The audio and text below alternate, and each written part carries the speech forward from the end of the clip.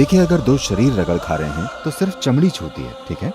मैं लोगों के साथ उस तरह के रिश्ते रखता हूँ जिनमें मेरी जीवन ऊर्जा उनकी जीवन ऊर्जा के साथ स्पंदित होती है। जिन पौधों में बहुत जल्दी फल आ जाते हैं वे कभी भरे पूरे पेड़ नहीं बन पाते।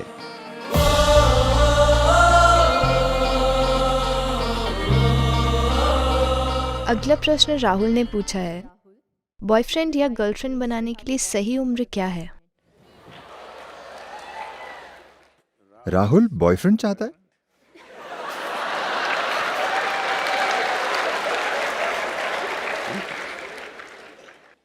It's legal. ये कानूनी है।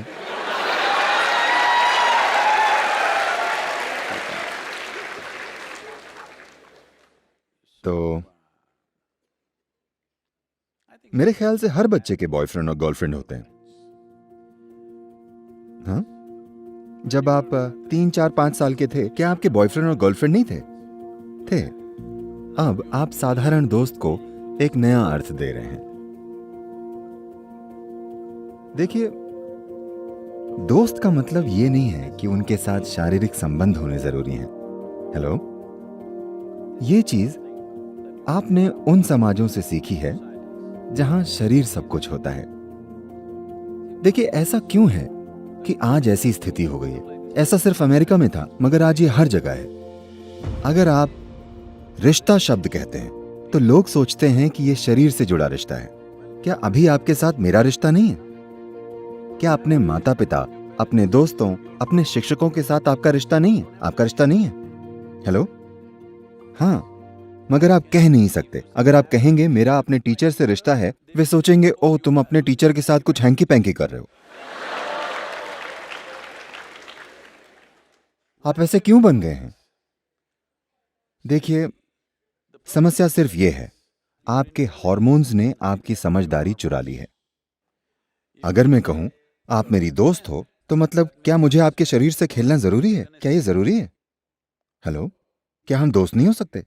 आप गर्ल हैं और मेरी फ्रेंड हैं, पर मैं ये कह नहीं सकता कि आप मेरी गर्लफ्रेंड हैं क्योंकि उसे गलत समझा जाएगा। ऐसा इसलिए हुआ है क्योंकि हम शारीरिक आधार वाले संबंधों को बहुत अधिक महत्व दे रहे हैं। आपको समझना चाहिए कि शारीरिक संबंधों से गहरे संबंध भी होते हैं। You can hold such profound relationships with people without your body being involved in it. आप शरीर से जुड़े बिना लोगों के साथ बहुत गहरे रिश्ते निभा सकते हैं। संभव है कि नहीं? तो किसी के लिए शरीर पर आधारित संबंध बनाना जरूरी हो सकता है, वो ठीक है, वो उनकी मर्जी है, लेकिन ये सीमित रूप में ही संभव है। मगर दोस्ती और रिश्ते बहुत से लोगों के साथ कई स्तरों पर संभव है। संभव है या नहीं? आप एक साथ हजारों लोगों के साथ गहरे रिश्ते रख सकते हैं। मेरे बहुत गहरे रिश्ते हैं। जिस तरह मैं अभी यहां बैठा हूं, मैं इसे आपके साथ एक गहरा रिश्ता मानता हूं। लेकिन अगर मैंने रिश्ता शब्द इस्तेमाल किया तो लोग सोचेंगे कि दो शरीर रगड़ खा रहे होंगे। देखिए, अगर दो शरीर रगड़ खा रहे हैं तो सिर्फ चमड़ी छूती है, ठीक है। चमड़ी आपकी सबसे बाहरी परत है। वो रिश्ता गहरा कैसे हुआ? मैं उसे गहरा नहीं मानता।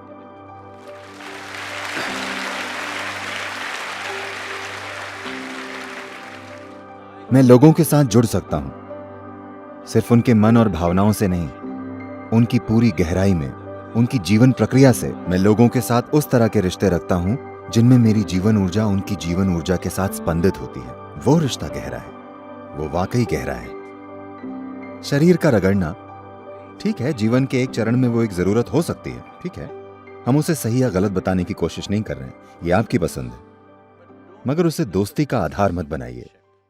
तो आप अपने आसपास की हर लड़की और हर लड़के के दोस्त क्यों नहीं हो सकते? हेलो, तो मुख्य रूप से आप पूछ रहे हैं कि मुझे किस उम्र में सेक्स की ओर झुकाव वाले रिश्ते बनाने चाहिए, क्या यही सवाल है? मगर मेरे ख्याल से ये आप अपनी और दुनिया की बड़ी सेवा करेंगे अगर आप इसे बॉयफ्रेंड गर्लफ्रेंड कहना छोड़कर कुछ और कहें। इसे अपना रोमांस या प्रेम संबंध या कुछ और कहें, क्योंकि ये बहुत महत्वपूर्ण है। Friend, the word friend must be released from the body. दोस्त शब्द को शरीर से मुक्त होना चाहिए, वरना दोस्तियां नहीं होंगी।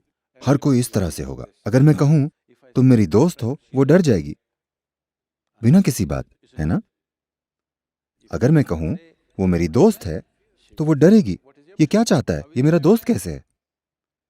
दोस्त शब्द को शरीर से मुक्त कर दीजिए, ये बहुत महत्वपूर्ण है। Let friendships happen all over. हर जगह दोस्तियां होने दीजिए। शरीर से जुड़े रिश्ते किसी एक व्यक्ति के साथ होते हैं, वो अलग चीज है, वो आपकी मर्जी है किस उम्र में। देखिए, जब आप पढ़ रहे होते हैं, अगर आप जीवन के इस चरण में इन साधनों को अपने हाथ में नहीं लेंगे, मेरी बात मानिए, आपका ही शरीर, आपका ही मन जीवन भर कई तरीकों से आपको ही धोखा देगा। आप उन पर सवार नहीं होंगे, वे आप पे सवार होंगे। ऐसा नहीं होना चाहिए। अपने जीवन के इस चरण में मुख्य रूप से ध्यान इस पर होना चाहिए कि अपने भीतर सबसे ऊंची जगह तक खुद को कैसे ले जाएं। जीने की जल्दबाजी में न रहें। जीना कुछ समय बाद होगा। अगर आप बहुत जल्दी जीते हैं तो आप बहुत अच्छे से नहीं जी पाएंगे। बहुत जल्दबाजी में जीने की कोशिश मत कीजिए। मैं कोई नैतिकतावादी नहीं हूं कि आपको ये बताऊं कि ये करो वो मत करो। अगर कोई ऐसी जरूरत से मजबूर है तो वो कर सकता है, मगर सभी को ये चलन बनाने की जरूरत नहीं है कि अगर आप कॉलेज में हैं तो किसी के साथ शरीर से जुड़ा संबंध बनाना जरूरी है। ऐसी कोई मजबूरी नहीं है, ऐसा कोई नियम नहीं है कि ऐसा होना ही चाहिए। One can grow. व्यक्ति इससे आगे बढ़ सकता है, मैंने ये पहले भी बताया है, मगर मुझे आपको बताना चाहिए। आम के किसानों के बीच एक रिवाज है, पूरे भारत में ये प्रसिद्ध है। अगर आप आम का पौधा लगाते हैं तो 12-14 महीनों में मौसम आने पर उसमें फूल आ जाएंगे। आम का किसान बड़ी मेहनत से हर फूल को पौधे से तोड़ता है, क्योंकि अगर आप उसे बढ़ने देंगे तो उसमें फल आ जाएंगे। इस नन्हे पौधे में 1-2 फल आएंगे। जिन पौधों में 3 से 4 साल तक फल नहीं आने दिए जाते, वे भरे पूरे पेड़ बनते हैं और उसमें ढेर सारे फल आते हैं। जिन पौधों में बहुत जल्दी फल आ जाते हैं, वे कभी भरे पूरे पेड़ नहीं बन पाते। तो एक आम के किसान में ये बुद्धि होती है, वो हर फूल को तोड़ता रहता है। इसी तरह इंसान को भी जीने की हड़बड़ी में नहीं होना चाहिए। महत्वपूर्ण यह है कि जीने की कोशिश करने से पहले आप इतनी ऊंची जगह पर हों कि जीवन आपके लिए अच्छे से चले। अगर आप जल्दी जीने लगते हैं तो ये जीवन आपके लिए एक मुश्किल काम हो सकता है और कल बहुत सी उथल पुथल होगी। देखिए, अगर आप पश्चिमी विश्वविद्यालयों में जाएं, इसी सप्ताह मैं रॉस बिजनेस स्कूल में था। मैं रॉस बिजनेस स्कूल फिर हार्वर्ड बिजनेस स्कूल में था। और अगर आप वहां देखें, मुझे नहीं पता कि प्रतिशत क्या है, मगर लोग मुझे बताते हैं, या अगर आप सिर्फ इधर उधर देखें तो आप देखेंगे कि वहां अधिकांश चेहरे भारतीय, चीनी, And like this, सिर्फ 40% के करीब कॉकेशियन नस्ल या अमेरिकी श्वेत होते हैं। हालांकि बहुसंख्यक जनसंख्या उनकी है। ऐसा इसलिए हो रहा है, इन भारतीय परिवारों और चीनी परिवारों के बच्चों के पास एक सपोर्ट सिस्टम होता है और उन्हें 25 साल या उसके आसपास तक अपने माँ बाप के साथ रहना होता है, जब तक वे यूनिवर्सिटी की पढ़ाई खत्म नहीं कर लेते। मगर आमतौर पर श्वेत परिवारों में 18 साल के होने तक लोग परिवार से निकल जाते हैं। वे सभी अपने पार्टनर्स के साथ रहते हैं। वे भावनात्मक चीजों से गुजरते हैं, उसके लिए उन्हें पैसे कमाने पड़ते हैं और हर रोज शाम उन्हें अपने पार्टनर्स का ध्यान रखना पड़ता है। लाइब्रेरी जाने का समय नहीं, पढ़ाई का समय नहीं। सभी टॉपर भारतीय, यहूदी और चीनी होते हैं। आप अमेरिका के सभी विश्वविद्यालयों में देख लीजिए। तो इसका क्या मतलब है? बहुत से अमेरिकी यूनिवर्सिटी की पढ़ाई तक पूरी नहीं करते, सिर्फ इसलिए क्योंकि उनके पास बॉयफ्रेंड और गर्लफ्रेंड है। और ये हमेशा सही नहीं चलता।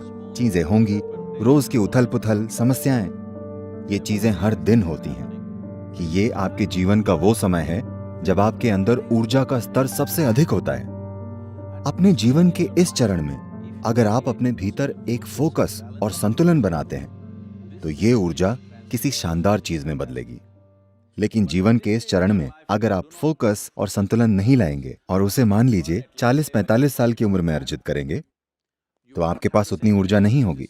ये चीज युवा नहीं समझते। उन्हें लगता है कि ऊर्जा का यह स्तर जीवन भर रहेगा। नहीं नहीं नहीं, ये गुजर जाएगा। ये बस अधिक से अधिक 8 से 12 से 15 साल का सवाल है। 14 से 30 साल की उम्र के होने तक ऊर्जा बढ़ती है। इस समय तक अगर आप सीख लें कि इसे कैसे संभालना है, अपने जीवन में संतुलन और फोकस कैसे रखना है, अगर आप अपने जीवन में फोकस लाते हैं तो ये जीवन अधिक ऊंचे स्तर पर काम करेगा।